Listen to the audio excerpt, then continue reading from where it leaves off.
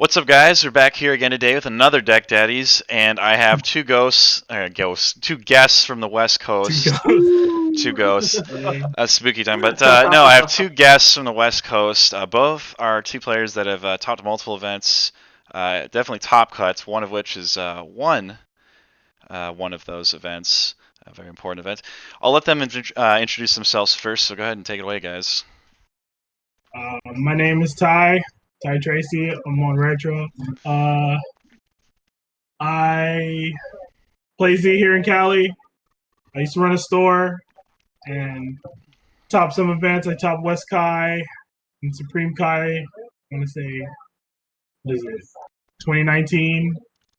And yeah, it's been playing game from Score Z till now, and that's what it is. Nice, It's nice. just Pretty been, solid, man. Yeah. You're also somebody I know that I know Kelly likes to poke fun at you all the time oh yeah. in the comments. You always have some interesting takes. I actually agree with a fair amount of them more than I thought I would, which is maybe as I get older, it's just something. But It's just a lot of things Kelly says is based off of like what he thinks is good, like comparative to like everything in the game. So like I think when he came down here to play with us, he got a real picture of the game as a whole. Because where he tends to play, like they play like the meta cards, like this is the deck. Like if you build like a Black Roshi, you got to run these cards. You got to yeah, run this way. And when he came down here, we kind of run a lot of tech. Well, we don't really think of it as tech. We kind of run a lot of like maybe a singleton card of something that works really well with the character, and we kind of get in debates on stuff like that all the time. well, we'll have to definitely get in on that once we talk a bit more about the deck building directly, because I'm actually pretty interested to hear you elaborate Yeah. on that one. So, go ahead, my other guest, of course. You got it, man. Hey, everybody. I am Derek Faraji, and you've played with me on Octagon probably from time to time. I'm the Californian android. I play with Ty here in Los Angeles when we have time to, and we're not in a global pandemic. We can get together and play again. But Octagon has been great, so thank you for all who play me, and thanks for keeping the game alive, everybody who does. People who are watching this too, you guys are also keeping the game alive, so thank you for that. I started playing, man, back in I still remember like the first day I bought a Saiyan Saga starter deck with my brother at the mall. So I don't know, the game goes way back for me in like 2000. And like back when malls were a thing. I mean, Ty, yeah. Yeah, I know your stories. You definitely told me like the ultra rare stories and everything. Oh man, yeah. My first hero deck, I pulled a medic kit ultra rare, and I thought they were easy to come by. And I was like, hey, this is gonna be great. And I tossed it in my box, and now it's like the most beat ass ultra rare, but I still have it. And, Nice. Yeah, I learned that lesson the hard way, but we all do. But yeah, man, sorry, kind of getting off topic here. Oh, no, you're all good. You're all good. You're all good. No, but I started. Thank you. Thanks for also hosting this, Frank. I appreciate that. Yeah, no problem. And yeah, so I started in Scorzy, played a lot of tabletop throughout that. So a lot of really jank decks, a lot of like Nail versus Goldo face off like over and over again, and like Vegeta versus Gohans and stuff. It was just tabletop and locals, and like we didn't even know that energies were, they cost 2 stages for the first year of the game we played. I don't know if anybody did that. Man. Or had that issue, yeah. But... Oh boy, I remember those days. I remember seeing energy tack plus 1 life card or for every blank, and it'd be like, oh, it only does 1 life card because they only have the 1 card or something. It's just trying to figure that game out as a kid was just a ass ache, I tell you. It was just. Oh yeah, because you didn't know like energies did 4 off base. Yeah, it was just it was just a heck of a game back then. Looking at the AT table and just I mean, because I was like 7 or 8 when I like first saw Dragon Ball Z, and yeah, it was just try to touch the score game. I don't know which one's more confusing, Score or Panini. Yeah. Score. Panini's definitely way better. Score. Yeah. Score had Dream Machine Battle first set. I still remember trying that. And yeah. Just like, what, reset the game? All right, let's try. I remember we played Scoresy. Like I kind of played towards the end of the game. Like I got in at like Fusion Saga. There was no tournaments or like anything. It was just like the cards. Yeah. And I remember getting into it because the cards were super cheap compared to like Yu-Gi-Oh or Magic cards. And we were just like, we could just buy a bunch of this and play with it. So we got into the game and we literally had to like print out like all of the rulings on all of the cards, so we had to carry around with us like a freaking book of cards, like the CRD, card rulings. The card Bible. Oh my god, it's a nightmare. So Panini definitely fixed that I feel up. you on that. Yeah. Panini saved me. Yeah, back was 2014. Did Panini do their thing? Yep, I think yep, that's when they came out with it. Yeah. Like I think figured out a little late. Yeah, I figured out a little late that they came back, but like I jumped right on it when I heard about it, and I was like, let's do it. But yeah, sorry. Back to so I started back in like when the first set of Saiyan Saga occurred. Yeah, there's an OG. My tail. Long ago. Yeah, I'm an OG. Back in the, I can tell you guys some stories. I'll tell you. You know, it's like I have some games we've played, but I didn't get really involved in the tournament scene up until like Vengeance meta, like at all. Like I was tabletopping it the whole way through, and in Vengeance meta, I ended up going to a few tournaments, and I tried to finally get involved. I went to Michigan, I went to California because that's when I was thinking about moving out. Because originally I'm from Ohio, so that's why I was watching the Browns yesterday. Yeah, yep, that's what we were talking about. That's why. And you know Josh, and then don't you know Josh? Didn't you? Or did you know Josh? Or yep. Yeah, I've seen Josh at a few tournaments back in the day. I know him and my brother would both play. Like the reason we met him actually was funny. In Michigan, he was playing an Android 19 like protective. Yeah. Josh was, and my brother was 19, and that's how they ended up like meeting. And then I met Josh through my brother. It was kind of funny, but it was the 19 connection that we met 19 over. So yeah, Android Army, brave souls playing 19 in a tournament back then, man. Brave souls. Like he could handle Broly's, and there's a lot of those at the time, but we'll see. Other than that, and then I went to Georgia, and I actually top 8'd in Georgia, which that's another story that I'll save that for later in the episode because there's some pretty fun stories with that top 8. But yeah, and then that was my tournament run. Ever since then, the game died. I was really excited to kind of like rev into the next season, but then the game died. Kind of stepped back, played here and there online a lot, and then started playing with Ty a lot more and friends, and now I'm back in playing it. Especially during the pandemic, I've kind of dove back in thanks to locals. I know Ryan O'Malley has been putting together locals online, which much appreciated to that. Thank you for that, Ryan. But yeah, and that's.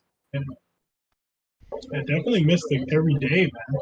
We like where most people kind of like dipped off and played on Octagon. Like we generally just got together every week and played fancy paper game. Like, I think you guys. The pandemic was like garbage. You guys in the Utah group, I know Jeff Sosa. Me and him talked, and he said, that you guys, his group, and I think you guys are like the only people that still ever got. And I think the East Coast guys a little bit, like Kelly, Kevin, Tommy, they'd occasionally play in person. It seems like you guys would all play regularly in person. I thought that was pretty cool. Like, man, if you guys came to like Supreme Kai or like any of the Utah tournaments or like the West Coast tournaments, we generally go to like we went to the Utah tournament and they would come to the West Kai tournament, and it's just like 30 people or more sometimes playing like Paper Z, like, and they get together. Before pandemic, they got together like every week. We got together like every week. So it's kind of like the game didn't fade as much as it did everywhere else, pretty much. Yeah, we definitely played. No, I thought that was really cool. Every week. I thought that was really cool. Well, we'll move on to the next part. We definitely are. I definitely really like. There's a lot of stories to be told as far as just the community stuff. We could totally do a video on that at a different point. But I got to get into the real meat. You know, I came here to pick your brains. Pick our brains. So of course Pick away, Dr. Wheeler. This being Deck Daddies, of course, we're gonna hop right into So when you're deck building, Ty, where do you start when you're deck building? So do you start with the MP? Do you start with the mastery? Do you just like see certain combo cards? Like what is like the thing that calls you to build a deck? I generally start with the MP. I just pick an MP to play. And then immediately after that, I put the blocks for that MP in the deck. Like if I'm playing a character like Ginyu, for example, I know I can go lighter on the physical blocks and more on the energy blocks because I got allies to soak up damage, like stage damage, and I figure out the blocks that I want to use for that character pretty much. Like if I'm playing like Broly, for example, Broly may be more unleash based, so I may run like blue leverage. Like let's say I'm playing like a blue resourceful Broly. I may go like, okay, I want blue leverage because I'm playing an unleash deck, and then I don't really need like the blue narrow escape, for example. And that's generally what I do. I just pick the character, the mastery, and then the blocks for the deck, and then I just build on top of those. That is so I think I've done like 6 episodes of this now. I think this 6 is, there's also a lost episode with Miguel and Brandon Biggers. I feel so awful that didn't turn out. Yeah. But that is the first time I've heard somebody say they go right to the blocks. That is really interesting. Yeah. That is like really really interesting.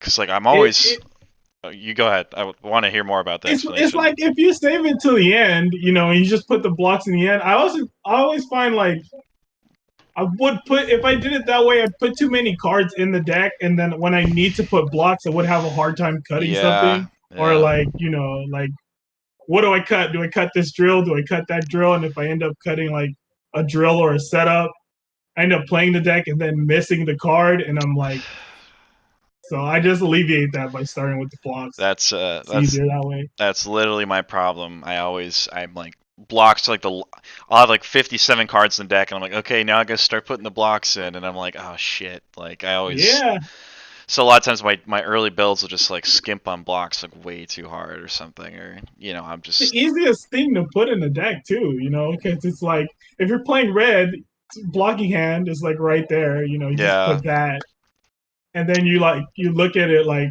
oh, do I want to do unleash with this character? Do I want to do MPPV? Maybe I just fix the blocks towards that and then build the deck around the other cards. No, that's generally start with the blocks. That's a cool, and I like that answer. That's a really cool answer. Derek, what about you? Where do you usually start? Oops, excuse me. Yeah, no, you're good. Usually I start with an MP. It's usually the MP that kind of like sparks my interest in building whatever I want to build. So like new MPs really tend to kind of pull me in like different directions because they're new. So I'm more excited to build those guys, and I haven't like yet seen them. So when I'm reading through them, I'm like, my brain's already like starting, the cogs are moving. Like, oh, okay, this guy is level 1. All right, he's got a physical attack. Oh, he wants to level. Okay, cool. He's auto leveling himself. So maybe I could play him in blue. That way, his own stack is going to level him up for me. I don't need to worry about blue. So some of those things start to come together, like the puzzle pieces, sort of. I say, like, it makes sense to me, but like sometimes like an MP brings a certain package, and so that's why I also like to look at the MP and their entire like name suite, because I think that having both of those is such a huge part of it. Like, for example, like Majin Buu is nuts. Like he has access to pretty much everything you want. Doesn't matter what style you put him in. Doesn't matter what color. You can be like, hey, I want to make sure I have removal, so play Majin Buu and whatever you like. You know what I mean? And there's your answer. And I think that that's what makes it harder for me too when I'm deck building now, is that like I have like a set group of MPs that are pretty much just like you put them anywhere and they can kind of flow. And I like to also find MPs that don't necessarily have that much of an easy flow and kind of like put them to a mastery that can give them that boost that they need. to be more competitive or be fun. Period to play is really where I'm at. I want to build a deck that I enjoy being able to sit down and, I guess, virtually play with people. We are definitely the group of people who just build whatever we want. So like, there may be times we get together. I'm playing Cell Junior, Derek's playing Android 19, and then we got Jake playing freaking like Premier Protective Gohan. And it'd be like, what's going on? Gross. We definitely have those. I do miss that to an extent. I miss when that was like something you would just, you'd play with your buddies. You get having the time to like be like, hey, we're sitting around here, we got the time, we always play, like, let's just play some junk. I miss that. Yeah. That is like, I try to do it on Octagon. It's like, okay, but like, you usually have to preface to people, I want to play junk. Otherwise, it's like everybody's just out there sweating, and it's just like, oh my god. So it's like bowling to us, man. We get together, we play some games for like until like usually the store that we play at closes, and then you just call it, Yeah. But it was like at least twice a month, just like once a week kind of deal. Yeah. Well, that's interesting. Oh, go ahead. Oh no, go ahead, go for it. Oh, I was just gonna say that is one thing, with the name cards. Nobody really ever necessarily dropped. That was to the MP, and I don't think enough people specify the name cards, because the name cards. Well, like Ty was talking about the Unleash with blue, or sorry, you were I think you were talking about blue with need something to level. It's like Goku, great example. And Goku also ties into the argument. It's like Goku, Majin Buu. Both Boos, really, the hero and the villain, but they fill so many spots.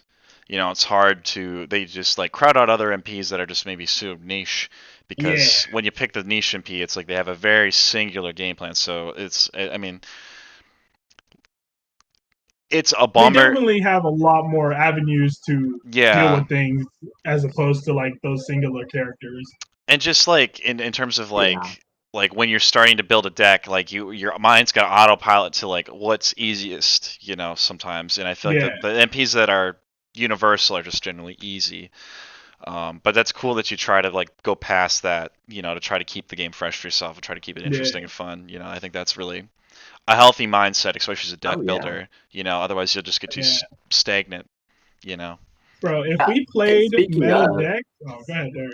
Oh no! It's just speaking of it, it's perfect timing. Sorry. What you were saying is that like oh shit. Wait, what did you say? What did you just say? I was just talking about it's good that you push yourself outside the comfort MPs, to try to like go to the more niche stuff, because it keeps the deck building fresh, keeps you kind of things from being stale. Perfect. Yeah. Sorry. So to take that and run with it is that like because what I'll do is I'll build decks. I'll build a lot of decks. I think about them a lot of the time, So many decks. So many decks. Me and Chop, we talk about them. Sometimes I'll just run through a deck with Chop. I'll be like, hey, yo, what do you think about like, I don't know, like Tag Videl? What do you think about that? How can we make that work? Oh man, I've wanted to make that deck work because of Hercule Ally, but I'm like, why doesn't she just get the immediate like the Boo gets the double use effect? Why doesn't Videl get that? Like, oh man. Videl would be insane if she got that, man. Like tag training, waiting drove Videl. That was a deck that Didier really liked, like back in like set 10 or whatever. But just making things work, like exactly like that, like Tag Videl. Like, hey, there you go. That feels like something that could get the bolt, like the old cogs rolling. But what I'll say too is. Inspiration is also kind of fun. Like sometimes I'll take inspiration when I'm building a deck. Like if I don't know what I want to build, sometimes like I'll just watch old DBZ and like I'll catch something and I'll be like, dude, that reminds me of a resourceful like Mystic Gohan. Like when he's fighting like Majin Buu after he goes like Mystic for the first time. I'm like, dude, that's resourceful beats right there. Like that's what like kind of tuned me into that. But it just like certain ideas like that will like make me think of something in the game, and I try to like build what I feel from that, and sometimes it works out pretty good. So always recommend. Definitely had that. Flow build. Oh no, I was just gonna say just a little inspiration from the source, but Yeah, exactly. Why not? It's what the game is based on anyway, so we all enjoy it. Yeah. So we started to kind of touch on this a little bit, like Ty was saying about like his choices with like Unleashed and stuff. But one thing that like people like to like look a lot at are like the number ratios in the deck, and like how many blocks you run, endurance. Do you guys find yourself falling in certain patterns? I mean, I'm sure like are there certain decks maybe that you have a set package for? Ty, what about you, man? Like you start with the blocks. That's what I'm really curious about. The blocks is always pretty divisive. It feels like. I can't say that I have. I can't say I have a set like numbers type of like deck building strategy. Generally, what happens is once I decide on what blocks I want to use, I may look at the meta. I may go, okay, if I'm playing this on Octagon, and I'm playing in a tournament or whatever, then I go, okay, the meta is, let's say we're in Majin Vegeta meta. I'm like, okay, I might put physical blocks that mitigate crazy stuff from happening. I might put blue. Let's say I'm playing blue. I might put blue wrist block in the deck because I like that block. I have a hard time running it, but yeah. Yeah, I don't really go with like the if this block is the staple block for the style. I generally just go with which block I might need the most. Like I will go like, oh, if this meta is setup heavy and people are playing resourceful and people are playing these decks where they cheat out all these setups and stuff, but I'm like, well, like for example, Trunks or whatever. I may go, yeah, I want blue wrist block. If Trunks brings out a sword drill and then throws a sword physical, I'm gonna just block and then blow up the sword drill. Where that might not be good in certain metas. I generally just pick the meta and then go from there. Really, so I don't really have numbers. I have like once I pick my blocks, what's the meta, and then I put cards depending on the meta. Like if it's very aggro, I might put less setups and drills. If it's very control heavy, I may look for a setup or a drill or some cards that interact with those better. So it's not really like a numbers thing. So for meta, so you guys are playing a lot in person, so for when you're saying meta, is meta defined as who you're playing locally, or is it more octagon oriented? Is it more you looking at the community as a whole? What's meta for you? I want to say meta is like looking at the community and like when we're getting ready for tournaments and stuff, I look at the meta. But as far as locals go, we actually have this thing we have like a draft where we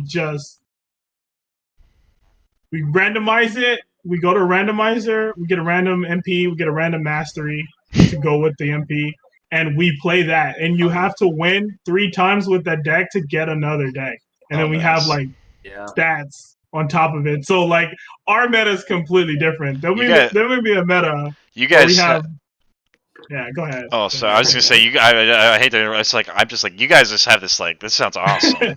Like I'm incredibly jealous. Like you guys have just like a fun like it's like competitive and fun at the same time. I love it. I'm loving exactly how this is. This is yeah, man. Let's like because of that I built that Resolute Tau because of that. Yeah, we jumped into. It's just stuff works. You don't know. Yeah, because we genuinely play. We genuinely play every week. So it was like if we were playing Draku and like meta decks every week, we would kill ourselves because the game would be so frustrating to play. Yeah. Or we'd eventually develop decks that just play against those decks. So like I think like there was one round where I had Ascension Nappa and I was like, there's no way I would win with this. But I made like a sword Nappa deck where it's like I was using sword cards and I had like Unleashed and like Trailing Blast because he's a 500,000 or less Yeah. character, Oh my god. and it just worked. Like I won like 3 rounds, like nothing. Like, and then I got another deck, and it was Ascension Ally Goku, Oh and I was man. like, "There's no way this is gonna work." But you know, Yeah. putting yourself in those situations, you have a lot more fun with the game, Yeah. and that's generally why we do it like that. Like we don't have like a meta. We Yeah. have like, you know, we can look at each other's decks. See, that's the thing. Like we can see what everyone gets in their random like pull. So like if Yeah. somebody has like combative nail, they're gonna be playing a bunch of setups and drills. So we could like cheat and run like dedicated like dedicated hate for like that. Like, you know, So like that's the meta. so is there because of that public knowledge. In a sense, it's like Right. yeah. Okay. Well, that makes sense. That's Yeah. that's interesting. That's a really Yeah. that But is mostly meta, I'm looking at the community yeah. and like if we're getting ready for tournaments, then Hmm. what's going on in tournaments, pretty much. You know, like how it's gonna develop from Yeah. there, pretty much. That is a really interesting duality. I think that's really Yeah. that's really cool. I really think that's cool. Derek, what about you? I'm sure we got some of the stuff that you might say, but you know, is there like do you like have like a ratio? You're like, I gotta always run 3 omnis, I always gotta run blah blah blah, a bunch of endurance. You know, what about you? Yeah, man. I mean, honestly, all over the place. It's like whenever I go into build, I kind of have like this like weird soft rule for everything. Like when I build, I kind of don't really think about it so much, but I kind of just have the soft rule of I think it's like 15 cards with like about 30 to 35 endurance. I think it's like 15 to 20 cards with about 30 to 40 endurance on average for me is where I want to live in the endurance world. I care about it, but I don't like live or die by it. Do you know what I mean? Because Yeah. and you know, there's so many ways to shut it off. You know, I'm gonna throw a dig, Yeah. I'll throw static shots in both blue and red now, and like orange has a way to shut off endurance. Like is Namekian not? No, No, maybe so that's they actually, so they do. It's a Setsu ball trick, Namekian, isn't it? yeah, Setsu Namekian got energy beam or something like that. It's like you return a Dragon Ball you own to your hand, then 5 stage energy, then it's like you can't prevent, they can't prevent, but nobody obviously plays it. It's not, Nobody it's runs that, but no. it's an You can, option. It is an option out there for it's Namekian Beats players. yeah, I suppose, No, something like not that. the greatest way to do it. I'm sure Yeah. like it'll Yeah, develop over time for Namekian beats. I know that's something that people have started to talk about a little bit here and there. Um, Beyond endurance, though, like probably about 8 to 14 or so planning cards, depending on the deck. Like, I don't want to have absolutely no planning cards in my deck because there's going to be times when I'm going to pass regardless. And I Yeah. want to be able to at least gain some advantage. You know what I mean? Like, so that's where like 9, if I'm playing like an aggro deck, 9 to 10, you know, I don't want a lot because I don't want a dead drop. But yeah, if I do drop something, it's got to be something high impact, like a red relax or a bribe or something. Maybe not bribe, maybe more like destiny in an aggro, because then that way you can Yeah. shut off Yeah. all their beats, hopefully push yourself up a level and another action. And so, and then, I mean, what else did I say? Yeah, endurance and my block count's about what 11 to 15 is just roughly where I want to live in that, and then the rest is like events and attacks. And if I want to add, usually I'm gonna add like a 2 and 2 of sphere confro or sphere stare down to start my decks off, and that's just a baseline. You know what I mean? Like you're gonna need some number of spheres, you're gonna need some number of confros in a lot of competitive decks nowadays. They just do too much. Like I know that there's a lot of different schools of thought with that, and not always do I play spheres and confros at the end of the day, yeah. but that's where I start. Do you know what I mean? With Because it's both. like, yeah, sometimes you just have to give whatever you're thinking of like some groundwork to like live on. Like sometimes like I build a deck and it can just be like complete trash, but if I've got like a sphere or a confro in there, maybe like to turn a tide for like one card and give me a chance, like that's all I want with those cards, to like basically balance it out for some of the decks. Yeah. And then yeah, those are really the numbers. Like I don't really live in those numbers. Like if the deck goes outside of that, I'll maybe like question why for a second. But if like the answer is like, man, the deck's just better without it, cool. I'll just let it ride. Well, that's the thing. Like, I feel like I a lot of times I always like start with the events. And like very similar to you, it's like the Sphere of Confra, and I don't necessarily start both of them in the deck, but I always try to like pick the events that I want first in the deck. Just because events are generally powerful, but a lot of them are just the freestyles anyway, so they're just super easy, to start with. I like look at them as it's like there's like a the freestyle cards, give you that option and kind of the deck building choice where it's like here's just a powerful card versus stealth card has synergy, and I think where you fall in as a deck builder is pretty telling about like your freestyle count, because there's some people, I mean, granted the deck depends on the deck too, but like there's plenty of people that swear by Sphere, and there's people that swear by Stare Down Confro, and then there's the people that run both, and then there's the people that, well, I run 3 of each, and then there's the people who say, oh, I run 2 of each, or 1 copy of whatever. It's just so interesting that like there's that. But then I think because we have so many people that play over here, like we have people who are like, I'm gonna run 3 confrontations and 3 spheres in my deck, and then we also have people who are like, if I don't need it, I won't run it. Yeah. Like if I'm playing PyCon, why do I need spheres? We also have people who play like that. It's like, go ahead, play your event. I don't mind. So like, yeah, I think because of that, I don't really have like an event kind of deal. Like I'm not looking at the events or the non-style cards as like this is what's gonna make the deck pretty much. With the exception of Dig, pretty much. Probably Dig is the only card. I think one of the reasons I fixate so much on time.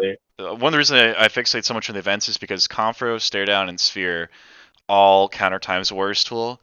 And getting if you're an aggro deck, I pay mostly like mid range and aggro, and it's like you get time blocked. Yeah. You're not having a good time. You're not having a good time. No.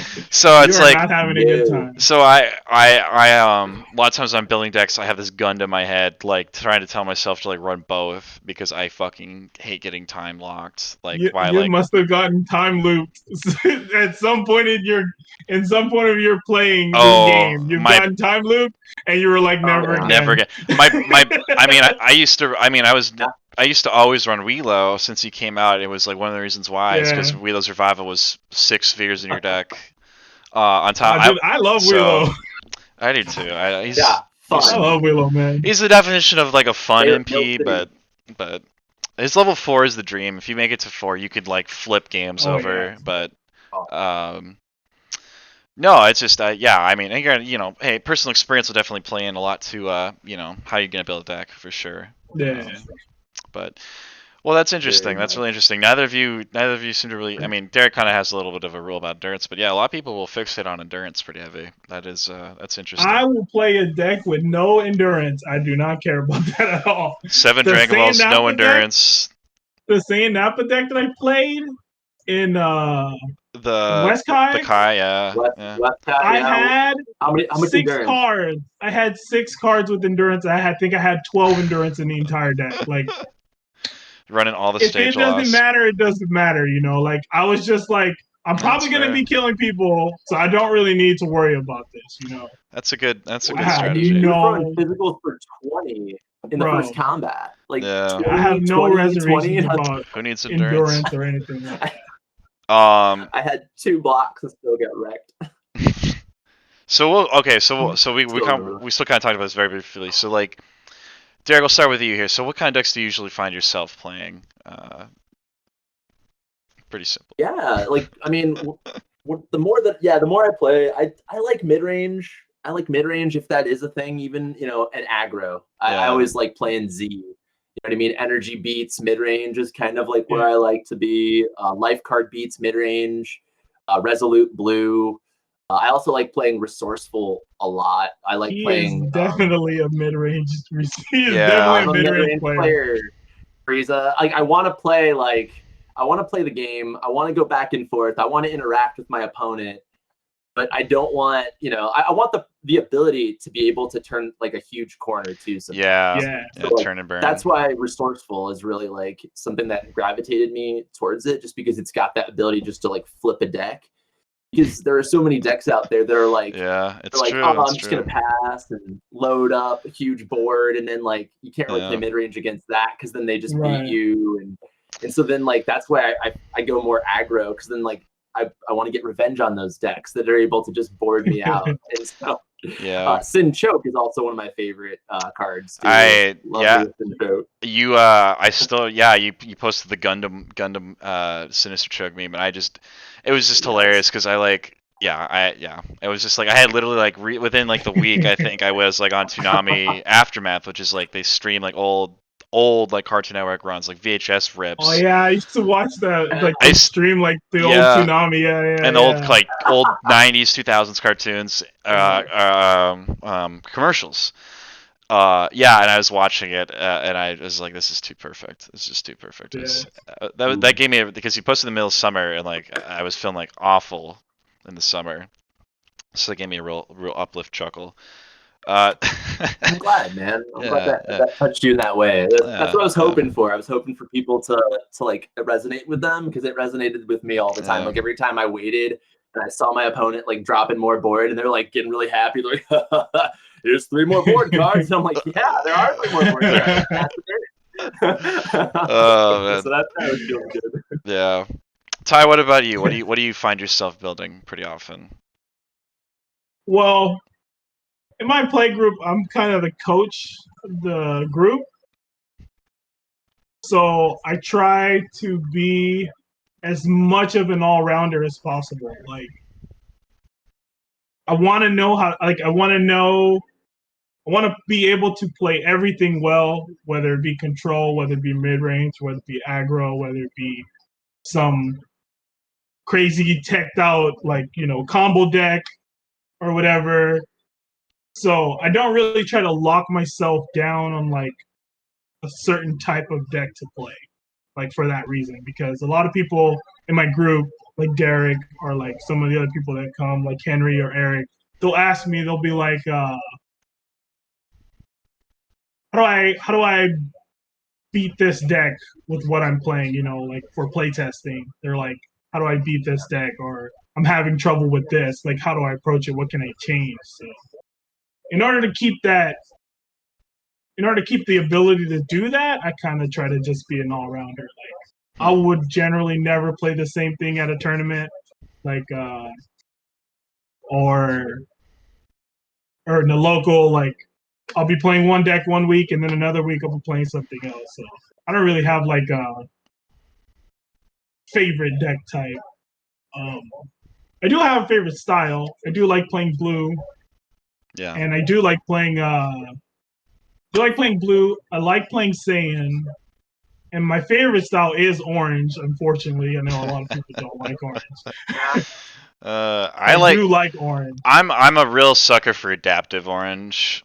I've had a soft spot for orange adaptive Goku, but like Drillku Goku for since set 1. Honestly, I've always loved that deck. I just yeah. I think I've tried every single character and every single mastery in this game, just to have the experience of playing it. Like, I've never been a person like, oh, this character's only good in red, or I'm gonna try this in this, and that's where it's gonna be. I'm like I try to be an all-rounder. Like, I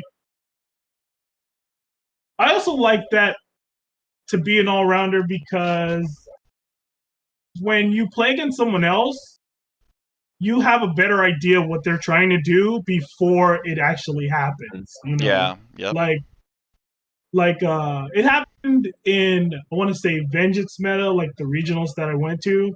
A lot of people were playing Broly, and they were going in the idea of, I'm just gonna smash whoever's in front of me. Like, if you're in front of me with the deck, I don't care what it does.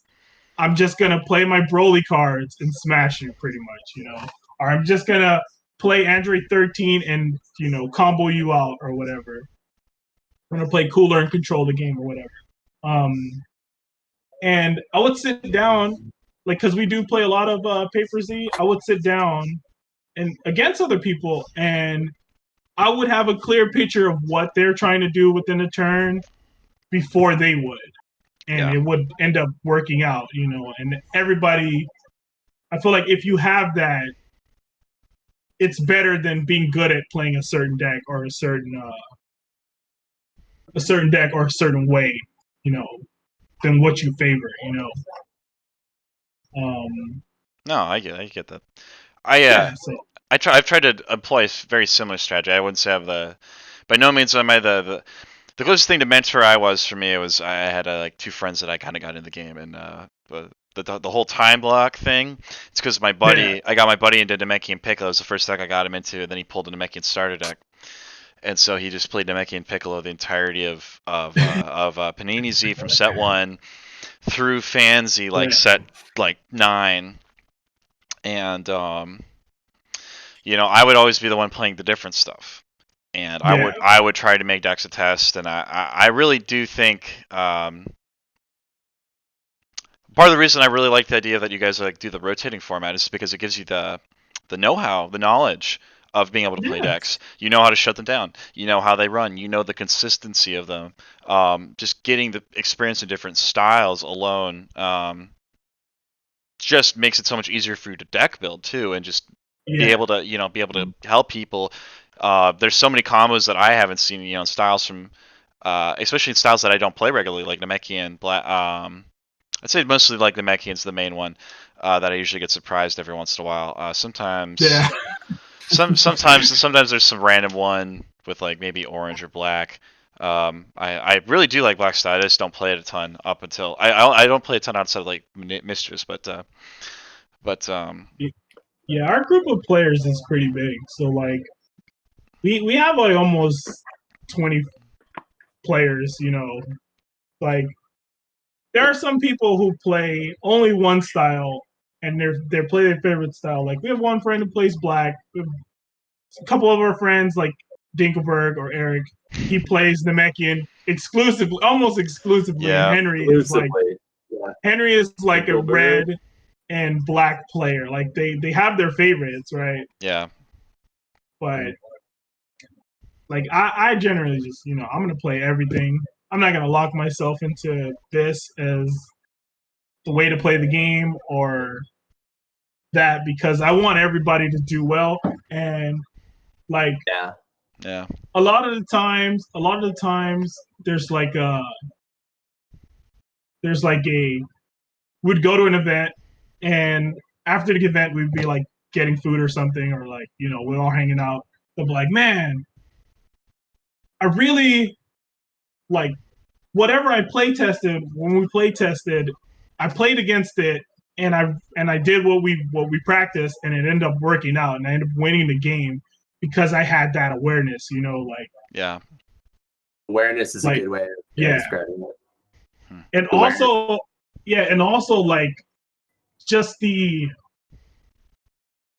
non-nervousness that comes with playing against somebody in person, pretty much, you know. When you sit down and you play someone, they're nervous, you know, you're nervous, but you're able to shake that away more often because you played against someone who's playing everything. You know, your coach of your team is able to play everything, so you're more aware and they're more aware because of it. It's like, it just makes you a better player. There definitely is something that comes with like familiarity of your opponent for sure, versus like the random, you know, the people. I mean, that's just like in competition in general. You know, I've played sports my entire life. I did track into college, and for me it was like, you know, same thing with like running with people. You know, especially those, you know, I'd see the same people, and you know, they're like the nerves would go away. They'd only really be there when it's like you don't know, but it would also be super exciting, I suppose, in the same sense. But it's also exciting to compete against your friends too, which I think is one of the what was one of the compelling parts of Fancy, at least for a while for me, when we in tournament playing against each other is we're completely different people when we're playing against each other in tournament. Rather than like in person, we're completely different. Yeah. No, in tournaments, I hate playing my friends in tournaments. Unless we're in Oh top. no, we love that. We get off on that. we are. That's bragging rights right Just there. shitting on You get everybody. to take that home.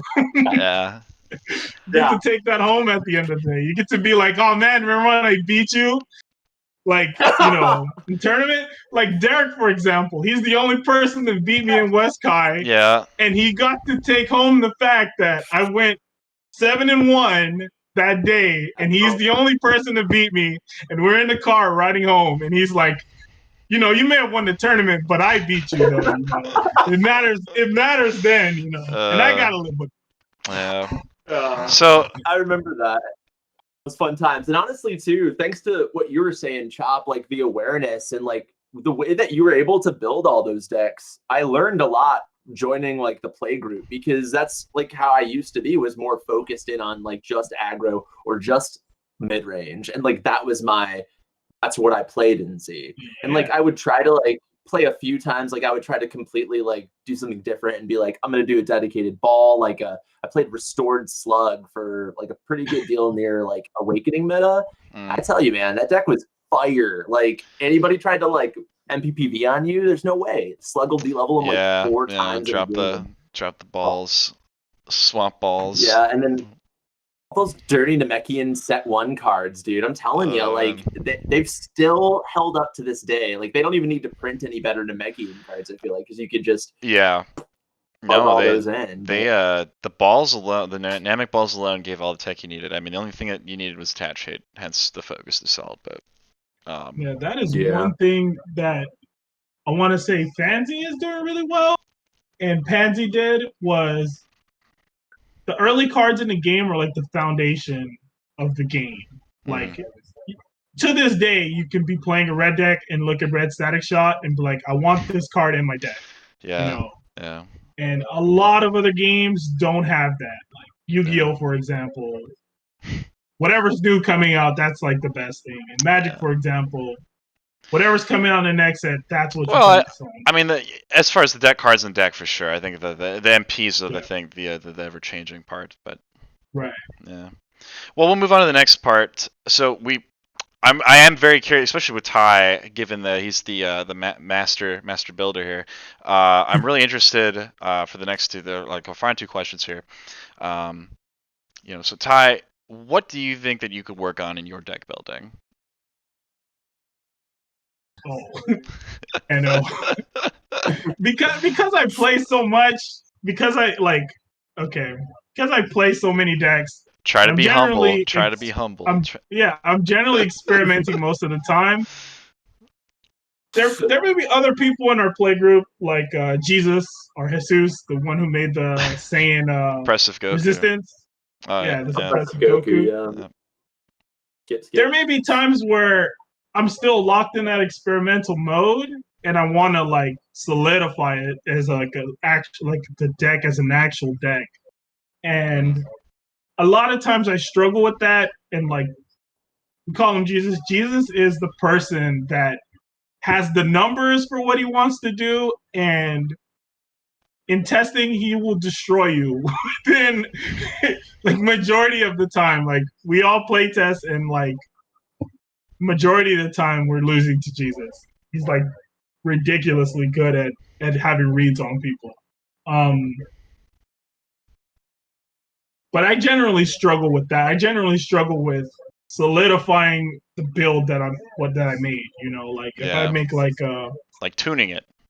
Yeah, if I make like a red MPPV Trunks deck, I may have some stuff that I was playing around with in there, and then go with it. And so this is good enough for me to use. Yeah. And then in an event or something, I'm like, I forgot to put this in there. I was playing around with this. What did you end up playing in the TOP? The 2019, was it 2019 TOP? Yeah. TOP I played Enhanced Go Tanks. Okay.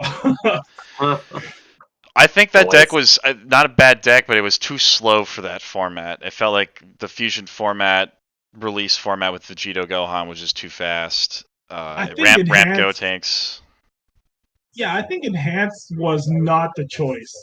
I think I should have played Rampaging. Yeah. Because of how fast like it was. I think I played against who was playing Black Krillin? I don't remember his name.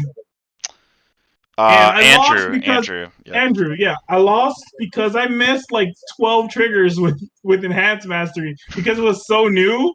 I was just like,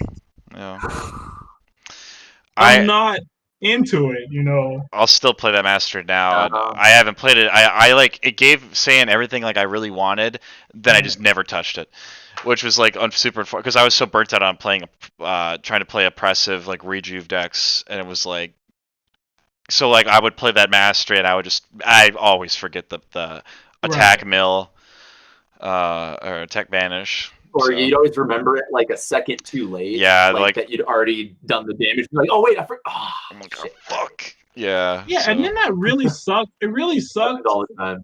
play testing for TOP Mm-hmm. because the cards were different. They got nerfed like a week, like I want to say like a couple days before TOP happened. You know, like the turnaround.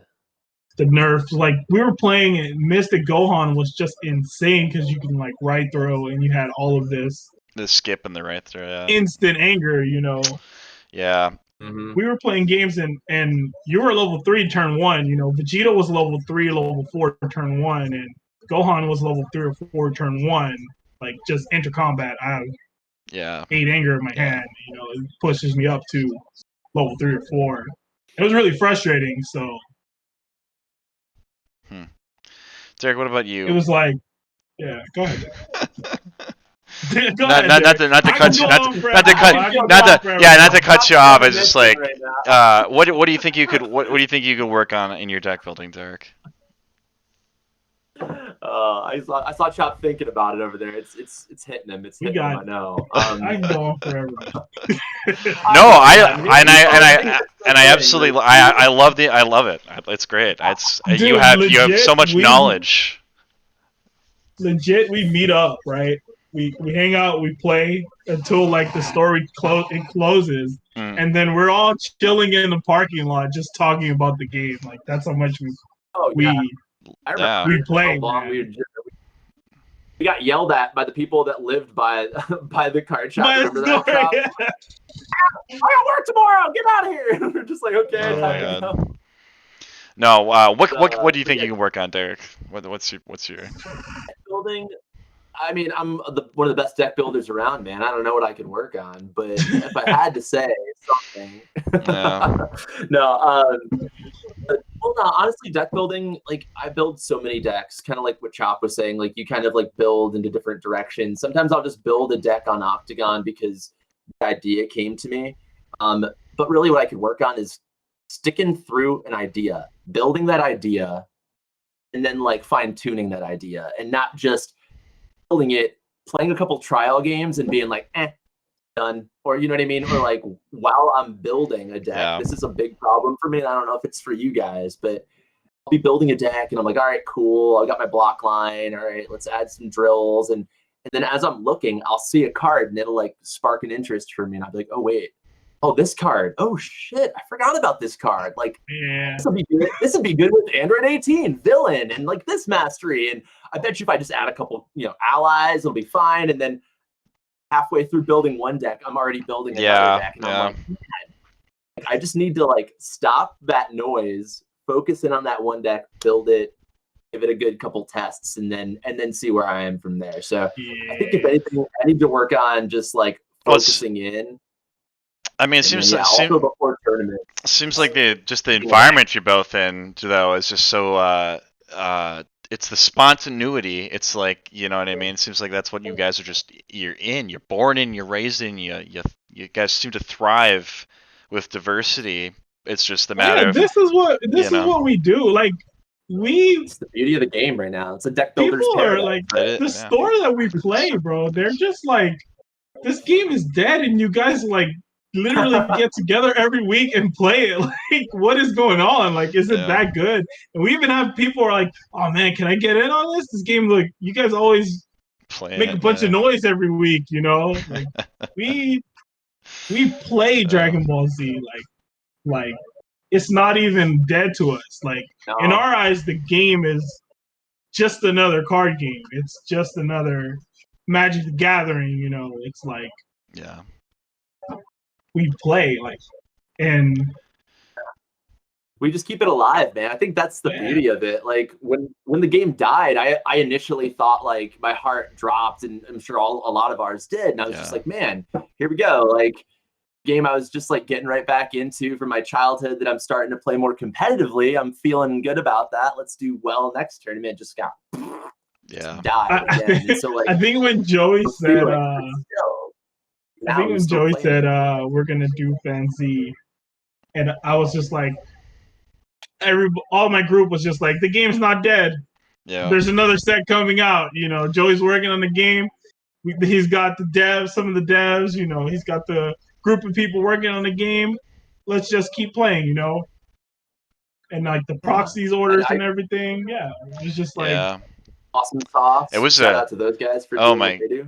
Oh man, yeah. I'm gonna have like a big group video where like we all talk about like the end of the game memories. I think I'll have to remember to include you guys because oh my god, there's just so many memories flooding back to me from that first year of the game getting canceled, and then Fanzy and just like because I would hang out with a bunch of guys in Wisconsin and we'd play. I haven't visited them since the COVID shit really kicked up, but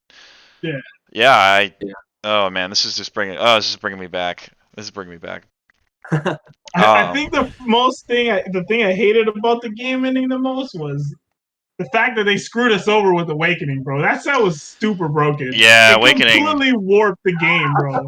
Yeah, Awakening was definitely Awakening was the game ender. It was like, I'm gonna break the game, and then here you guys go, it's over. Yeah, Awakening was as bad as Vengeance was in a really good place. I think Vengeance was. I think Perfection and Vengeance were really good.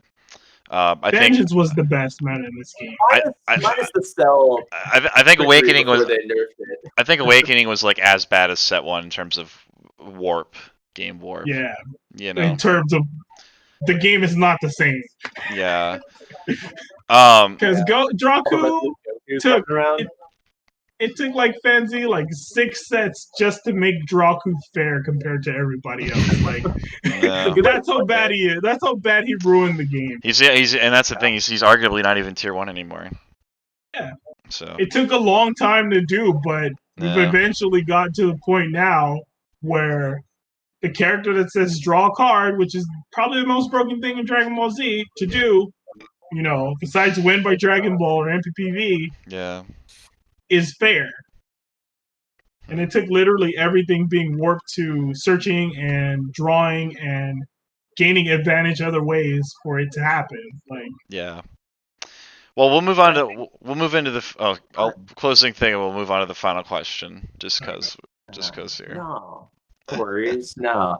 Now I was gonna say, I think they did the right thing. It took them a while to get to this point in the game where Goku is fair nowadays, which is it's a good thing to have. Like fair Goku, we've got other MPs that can compete with him. They're bringing all the older MPs back for us. Like some of those guys, like Raditz, they just gave him a whole new stack, knowing he's not coming back. Which is really awesome, by the way.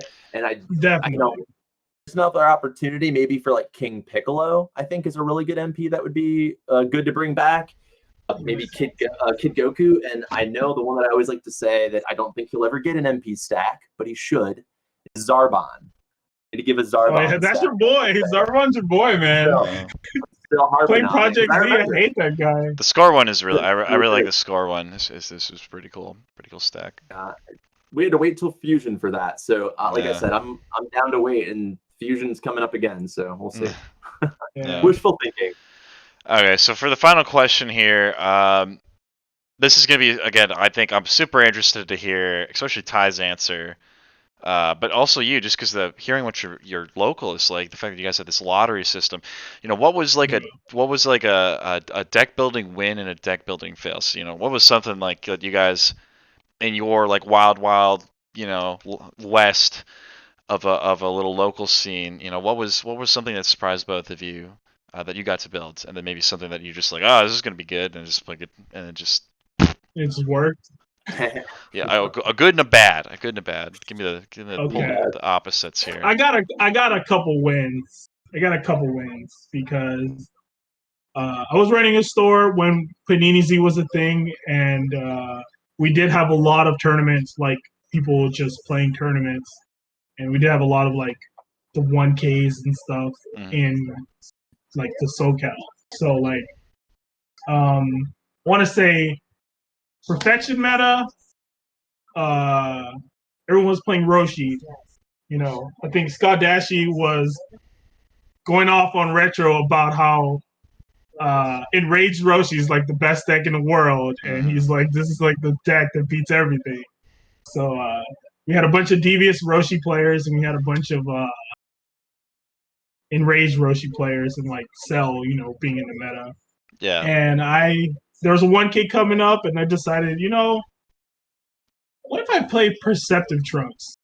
And I thought about it, and I'm like, what if I played Perceptive, like Premier Trunks, and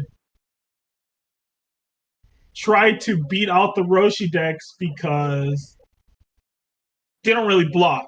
You know, they're not blocking the attacks; they're preventing the damage. You know, they got a lot of. I'm gonna play a setup, prevent the damage. I'm gonna play drill, prevent the damage. I'm gonna play power up, prevent the damage in combat or whatever, right?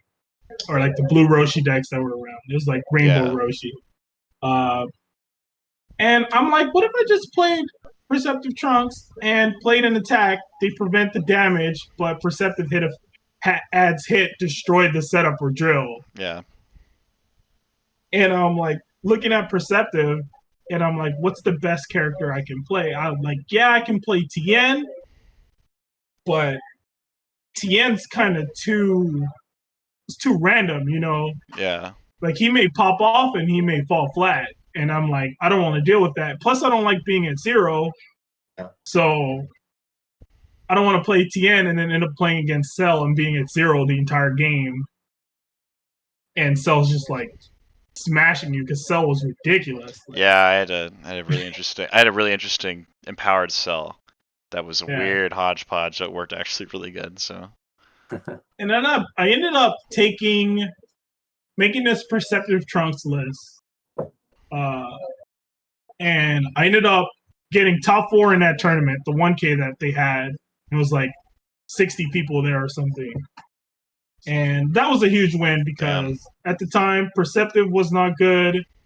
Trunks was definitely not good. If you were playing a character that didn't have an attack on level 1 or didn't generate advantage through their MP levels, you were just in a bad spot. Because like Ginyu was there and like, you know, like Cell was generating all this advantage and like Piccolo had this attack. Like all of the good characters in the game at the time did something on those levels. So like I made this deck. I played like 4 Roshis that tournament. Like literally round 1 was Roshi against Devious Roshi. Round 2 was against Devious Roshi. Round 3 was against Enraged Roshi. It was just like, and then I played an Orange Roshi, and all 4 of those matches I won like decisively, like decidedly. Like it wasn't even I got lucky. It was just like, no, I made the deck to do this thing, and it did it so well that the Roshi players just lost, you know. And the tech that I put in against Cell and against some of the other decks worked really well in those matchups. I think I was running Tugs, and I played against Ginyu, and I was like, you know what? I can just play Black Shoulder Charge, put Tug on the top of my deck, and then Ginyu's like, I can't throw attack because it's going to banish my ally.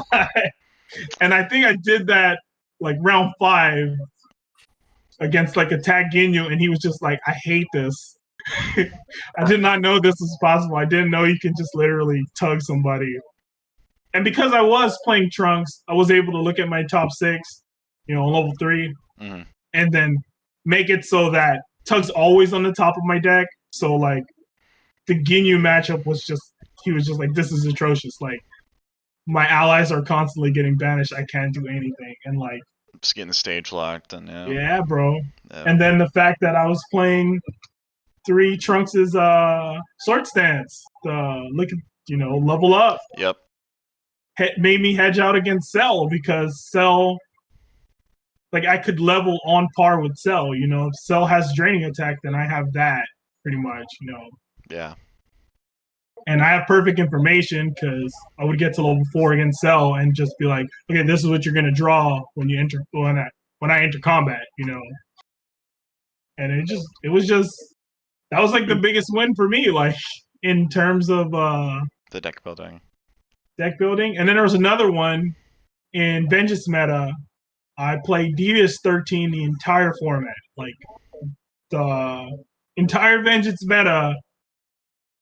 I played Devious 13 in like regionals, but before that, I tested him in everything. I tested every mastery that he can play. I tested every style, and ultimately developed the Devious build that I was playing based off of all of that experience. And then like taking it to regionals, I got the first regionals, I bubbled. I got 17 to my friend. And then the next one I got top 8. And then the next regionals I got top 4 with the same deck. So like, and it wasn't like I went into the tournaments with I ended the tournaments with a losing record. It was just like there were so many people. I ended up being like 6-2, you know, at the end of the day, in like all of them. And that was a huge deck building win. Like Devious 13 was just like. Was it controller or MPPV? I played MPPV. I actually played Black MPPV, and a lot of people, Derek included, go, well, how come we weren't playing Enraged? You know, Enraged just seemed like the better Black Command, deck. man. And that's exactly what I told him. I was like, I think against the defensive decks, like when you do play against those decks that just say you can't do stuff, like the coolers, just having a way to sit there and like level because you have 13's card that gives you 2 anger and you have Black Command that you can just loop. That's 2 levels a game, like exactly. At least, you can, because it was shuffle. You could just cheese so much anger off Black Command. It was silly. Yeah. And also Black defensively had better anger gain than Red, whereas Red only had Red blocking hand, which is a pretty strong card chop. Yeah, Black had the 2 anger. It had the knee catch, the 2 anger physical block, and then and then it had command, and it had you had the chin kick if you wanted it. Yeah, you had the chin kick. Well, Red had just. I mean, the big thing with the Black was that you had all the 2 anger cards, whereas Red's just all the singular, and it was super like swingy off of like a shoulder grab. But that's why I think I loved 13 Red. Oh, Chop, are you frozen? Oh, there you are. Yeah. I think every single decision I made for that Black 13 deck ended up working well because there were some decisions like people would look at my list, like we would go play test. They'd look at my list and be like, why are you running the what's the card from set 1? Black Hug Maneuver. It's just like a 2 anger, raise your anger 2 endurance attack, right? They're like, why are you running this over Black combos? Why are you running certain options over this? Why are you not running Visiting the Past? Because I didn't play Visiting the Past the whole season. Yeah. And that's a choice. That's a big choice. It just worked. Like I was like, I'm gonna put Hug Maneuver because it's a Broly meta. The most endurance, like if I can get an endurance hit, it'll be more than being able to steal an attach card, right? And it was, because I did play against like 20 Broly decks that entire. I think I played 22 Broly decks that entire season, and I was 22-0 against Broly.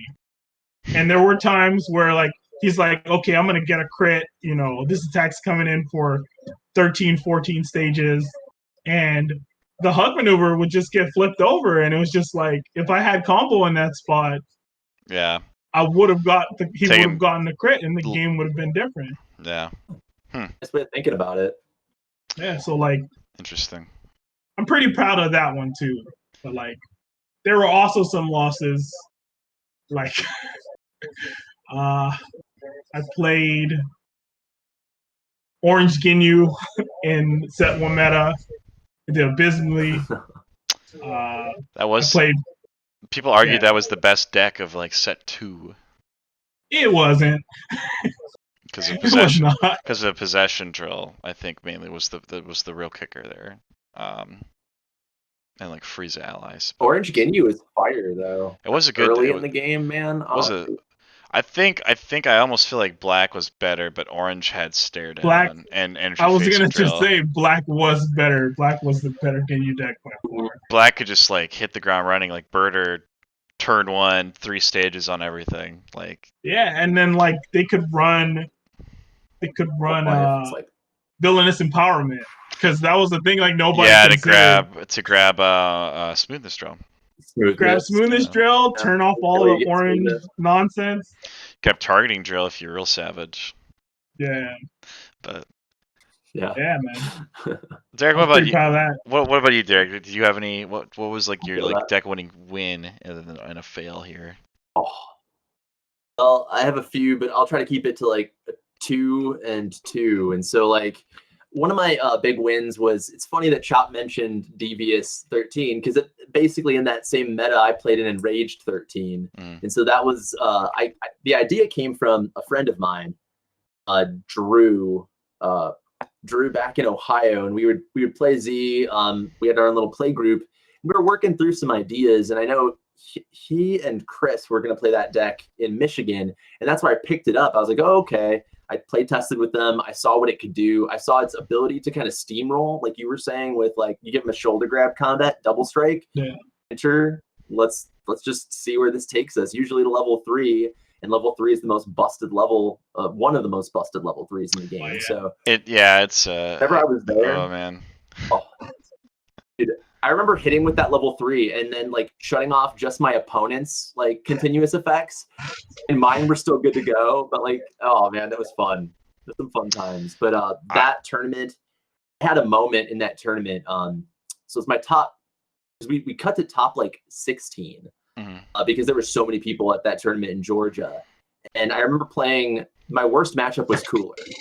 And for some reason, like, I was matched up with Broly's early in the day and like a Tien Shinhan or something, which I was able to beat with a restriction. So red restriction against Tien is just a nightmare. Turn 1 against him. Like, get nothing.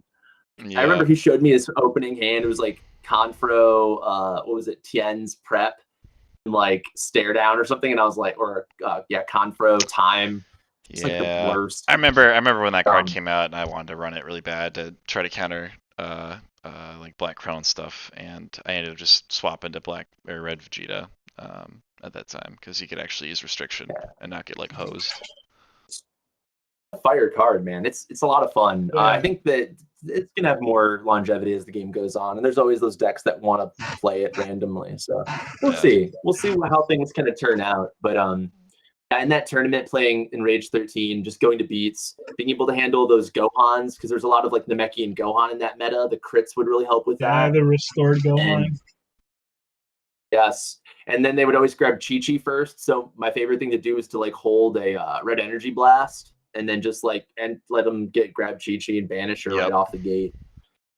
So that's another thing I loved about that deck is that it was primarily physical beats, but there were like a handful of energies that would just turn the game in your favor with like static shots and energy blasts. Yeah. Red energy blast was always pretty baller. Yeah, it's still to this day. It's probably one of the better red cards. Yeah, and I've had a couple of matchups against black 13s, and so that's why like blocking hand has been huge in those matchups for me. Obviously, there's so many ways to go. Oh my god, red sacrifice. You know what I mean? Like, running red sacrifice into Black Devious was always the best. That was my favorite. Oh yeah, that really. Or was it a tandem attack? Yeah. Attack where you can just start it and you'd be like, okay, that's the one. Thanks. Yeah, that you ran every red deck ran those two, and it was Those are different times, I tell you. Really, really different times. I think I played against a Enraged 13 in like top 8 of the region, like one of the last Panini regionals. And after the end of the game, he was so upset. Like he told me, he's like, "I can't believe you didn't use Devious Mastery the entire game, and the one time you did it, I didn't have the sacrifice in my hand, and I literally held it for the majority of the game because I'm like, when you do your mastery, I'm gonna do this, and I sat on it like entire game." And he was just like, I don't know what the hell that was. Those are the best interactions. You're in person, you can tell the frustration when those things happen. It's like, I'll pass. I'm not going to use my personality power, and they're like, "Wait, you sure? Your personality power? You can use that if you want." So Red Enraged 13, your build was just it did good for you.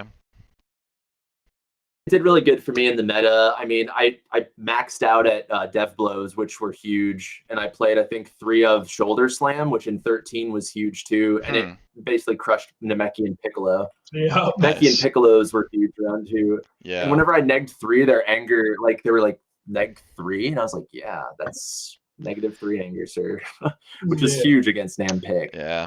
But yeah, I was playing this guy. Top 16. Sorry, I try to reset us into this mode. And top 16, he's playing Blue Cooler, which is like my absolute worst matchup. Like having to get 6 anger to level is a nightmare. And earlier in that tournament, I forgot that I needed 6 anger, and he was able to head knock me a previous Blue Cooler that I lost to. So my plan is always to like auto level from 2 to 3 against blue decks. Against the blue deck, and just go to beat town. Against protected, it's really hard. Yeah. So I remember this like so vividly. Like it was late in the tournament. We had moved different locations because there were so many people that we had a huge like hall at the college. Those are the days, bro. Those are the days. Oh yes, that's what I'm saying. Like, dude, we traveled. Me and my brother traveled down to Georgia, so it was like one of those moments that like I'm in top 16. I'm like pretty much dead in the water. Like this cooler's got me. He's locked me out. He's on level 2 cooler, which is like where they want to be. I'm in trouble. I'm at level 2. I finally made it there.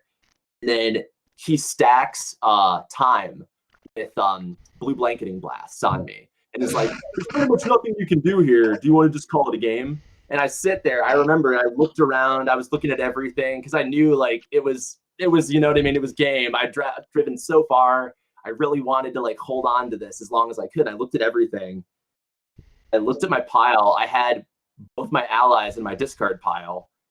And I knew I could auto level, and then I was like, "Oh, it doesn't matter though, because he's got time." Yeah. And then I realized he was only 3 above 0. I was like, "What?" I looked at that, I saw it, and I said, Nice. "Are you above 0?" And he was like, 3, and I was like, "Great!" I was like, "I'll enter," and I like, and then I was like, "Before you draw, you got to mill the top card." And he was like, "What?" And it was just one of those moments that like, okay, now I have to get really lucky. This is what I call elite gamer move. Yeah. Oh my god. It was a big brain moment, man. And it was the moment like my brother looked at me and like gave me the look of like, I know you're good. It's a good game, man. We tried. You know, he gave me that look because he knew that I was like distraught, and I was like in that mode of like my deck was down to like 12 cards and he had like half plus, and I was just like, how am I gonna do this? And then yeah, it was an Enraged 13 combat. And that's why I always go to Enraged 13, because he was able to just turn over that dude's deck. I static shotted, double strike. I went to 4 that combat and hit with a huge level 4. And that was one of my favorite games, and it was one of my favorite like deck building wins, like playing that deck through that meta and being able to beat a cooler in Top Cut was like really rewarding. I'd had trouble with cooler the entire time. That's a great way to win. Catching your opponent with their pants down and it's being sloppy. But how about a loss? What was something that didn't really pan out all that well for you that you tried to win with? So many things don't pan out for me when I'm trying to build. Honestly, like what was one that I tried recently? I main like my Namek, or not my Namekian, but it's Mystic Gohan resourceful.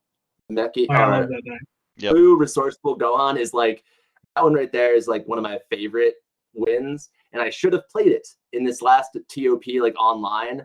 Yeah. I was talking to Trop about it. I was worried about it because I was playing it pretty consistently. It was doing work.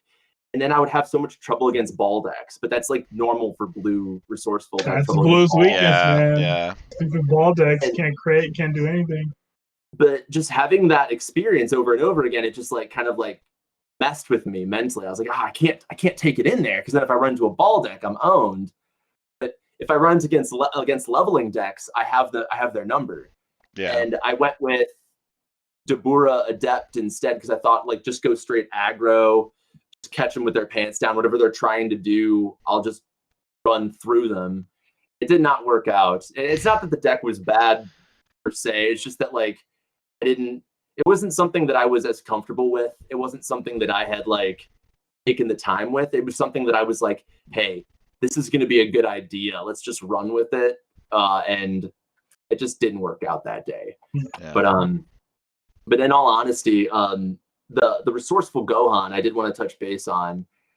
That's another one of my favorite wins is because like that deck to me is what resourceful wanted. Like it always wanted an MP that gave you a boost. Like I've always said this whenever I looked at resourceful, I was like, I want an MP that gives me a natural buff on his stack and can like rejuvenate for me and tutor some shit for me. Like that's what I want. So it's a win and a loss. It's a win and a loss. That's pretty cool. Yeah, it's a win and a loss. Yeah, so I should have played the win deck. But man, I ended up playing the loss deck, and that's what happens, man. You gotta trust yourself. I always gotta trust yourself. I definitely have a fair amount of the making the wrong deck choice stories. I have way more of those than I ought to have. Many. So a ton. that could be its own segment, hold its own video about the regrets I have. I had one event where I played Protective 18, Villain 18, the old one, way back in the day, and I played against Namekian 6 rounds in 1K. And I literally got Dragon Ball victory from Namekian Flinch 6 games in a row because I had to play Head Knock. And when I played Head Knock, they played Namekian Flinch. This was before the nerf. Yeah. This was before it got nerfed, and it just got a ball. And it's just like, yeah. You just lose. Some of those Namekian and black cards in set 1 were just fucking atrocious. I remember on a release, you would confer somebody, and Knowledge Master would give them an anger. Oh my god. Black Punishment. Yeah. What is it? Black Punishment, I believe. Every time a card is banished, they mill one. So you'd use Endurance, and banish after use cards, and anytime Endurance got used, your opponent would mill one. And it was like until the start of the next turn or something like that too. It was like. Yeah. Oh god. Dude, Namekian used to be able to pass. Namekian used to be able to pass and get anger. Yeah, they used to pass or gain anger. Yeah. It was horrible. Yeah. And then go on with auto win on 4. Yeah, Gohan. As long as you time to be playing this league. Yeah, all you needed was one anger trigger, and you'd 4 anger cards in your pile. Just boop boop boop. Oh my god. That didn't get changed until FanZ of all things. Yeah. So. FanZ really fixed a lot of the things. Yeah. Wrong with FanZ. Good job. I miss Blue Terror being untrait restricted. Oh, I was one of the people complaining about that the most. I was like, yeah, because you can't take my Blue Terror away. That's like. Because Blue's only good card. I really enjoyed Blue in Panini Z, but FanZ, I have not been a fan of Blue in FanZ. Exactly. Yeah. It's just not been very fun to play. Do you remember trying to Blue training Roshi in FanZ and trying to do like a Blue training deck in FanZ before Kevin sold it and broke it, like did the broken sell thing before trying to do that. Raditz ally. Yeah. It was impossible. Blue training was like my favorite like archetype actually. Well, not favorite necessarily, but I loved Blue training. I would I made Blue training Roshi. I loved Blue training 17 and Blue training Cell. I played all those, so they're all pretty fun. Dude, Blue training 17 was really fun. I think. Oh god, where did I get my build from? Somebody like a long time ago. Lydia, yeah, would always post. Yeah. Oh, the blue the first training time I saw 17. Yep. The van loops. I built that. It's fun. You like just didn't. You just pass, and then you're like, oh, cool. I have enough to just. Yeah, you go. Mega Million. It's just the one combat kill, but it's like you're sitting there just bored, and then just go. Yeah. I miss it. I actually really miss blue training quite a bit. You know, it's not that it's I like bad those now, but the decks that'll play on It a was different level definitely a fun sometimes card. too. yeah. That's a deck that'll do that. Like Yeah. training wins are fun. I, Training wins with like Majin Vegeta, pop all the allies, and Babidi I think will still work. yep. Yeah. Babidi, blue training. You have to eat. Yeah. It's fun. Definitely one of the most fun blue cards. Yeah. Play that with like what Ginyu and just go all in allies and then play like Ginyu's That was my Pain or deck. something. That's I've what I made played. Ginyu's I'm Pain here. deck. Ginyu's Pain with Majin. Now. You can level 1 Majin Vegeta, so then you can at the end of the game when you got all your allies, you blow them all up, and then you go Pain. That was fun. Yeah. Yeah, that deck was very cool. I remember having like a Visage out and getting hit for 6 and being 6 allies. Then I'm just like, okay, now I'm gonna Ginyu's Pain and I have like 20 allies, so you just mill 20. Yeah. Plus the Visage mill. It's amazing. I've definitely toyed around with. I've toyed around with a lot of blue mill jank decks. So blue training has a special Challenging place. Strike is huge in That's those. one of the things I miss. I miss non-styles being like powerhouse cards. Like I don't think that's the much of a case in Pansy. Like it's mostly the name card is probably like a power card, but like Yeah. in Pansy you had a lot of non-style like just uniform workable cards, like Visiting the Past. Like oh my gosh, that was like I don't miss this. I miss it, but I don't miss it.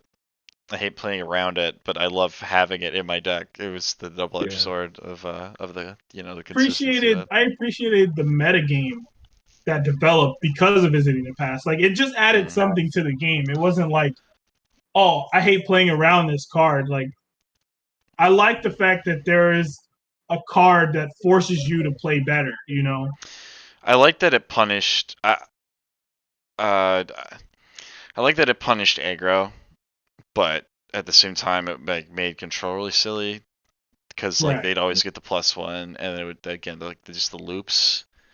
And when you think about it only grabbing time, then yeah, it sucks. Yeah, But, that's what it was for the majority of the time it was around. It was just a time span. It was either I'm going to tutor Unleash on my pile, or I'm going to time spam. Because a lot of the times it was I'm going to tutor Red Sacrifice in red, and then do something level up, pitch the sacrifice.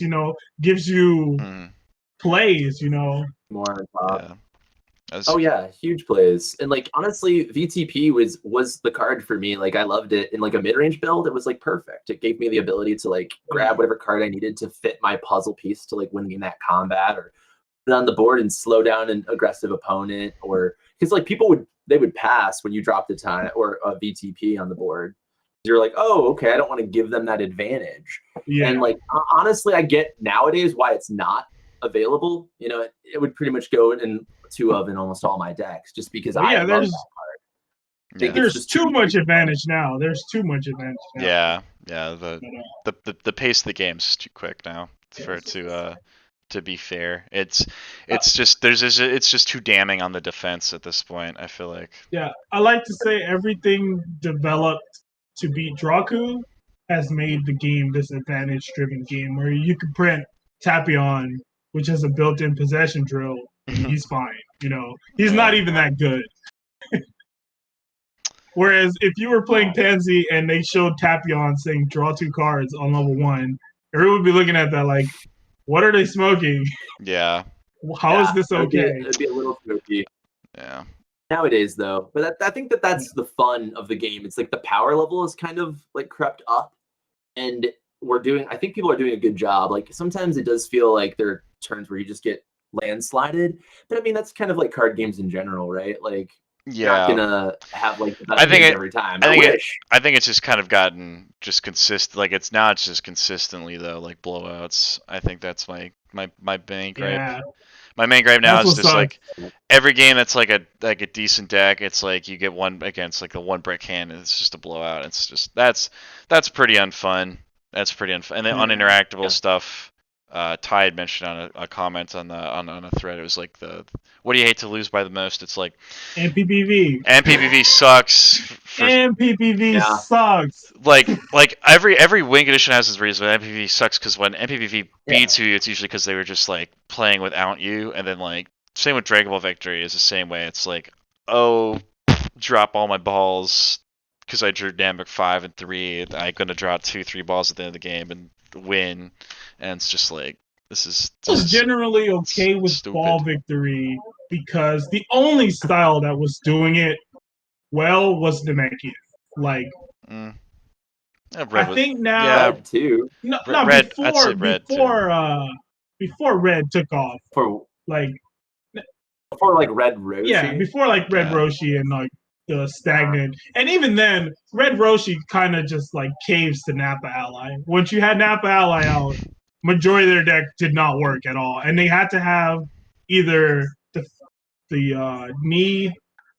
I think it's like a red knee that doesn't crit, Knee lift. or Yeah. knee lift, Energy blast.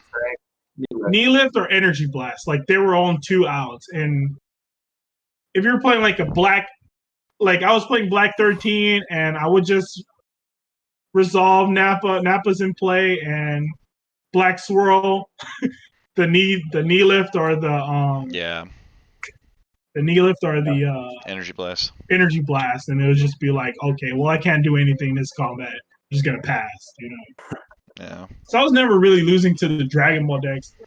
I hate MPPV because I hate the feeling of them being on level 4, you know, when they can win the game by MPPV. Because at that point, majority of the cards in your deck do not matter at all unless they say lower your opponent's anger or prevent them from gaining anger. Yeah. Like, Yeah. you can't have a. And if you pass, like, let's say they end the combat on level 4 and it passes to you, if you pass, you will lose. Like, if you pass majority of the time versus MPPV, you will lose the game next turn because they'll enter and possibly have 7, 8, or 9, 10 anger in their hand, you know, and it'll end up being the game. Yeah. Especially in the case of Ascension. I mean, Dragon Ball Victory is the same way as they just. Dragon Ball Victory is the same way though. You give it time, it just gets stronger with time. I mean. Yeah, but see, the thing with Dragon Ball Victory is mechanically, there's a lot of things that interact with Dragon Ball Victory well. Yeah. Like, if you can disrupt the placement of the cards in your opponent's deck at the end of the game, they generally can't Dragon Ball Victory you.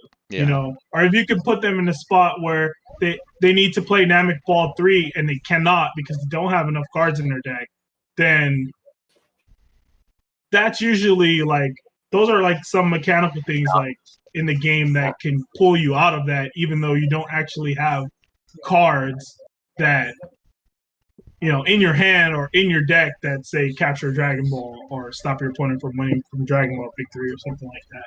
Yeah. Yeah, not exactly a card that will answer your question, but there's ways that you can manipulate the game in which will be advantageous to you, right?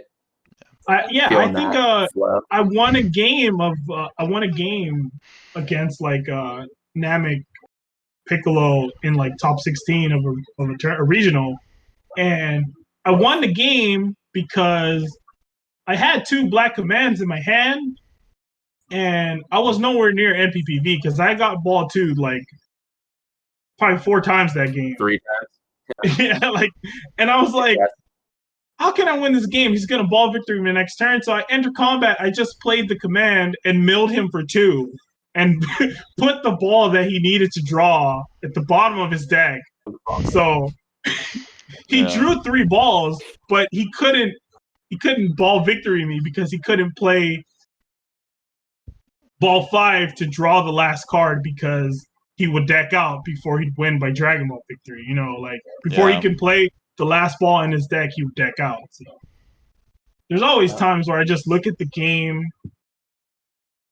from a how can I disrupt this? And majority of the times against NPPV, there's not really a window where you can just go, oh, I could do this and stop you from winning with NPPV. But Dragon Ball Victory, there's always like been like little things that can pull you out of losing to Dragon Ball. Yeah.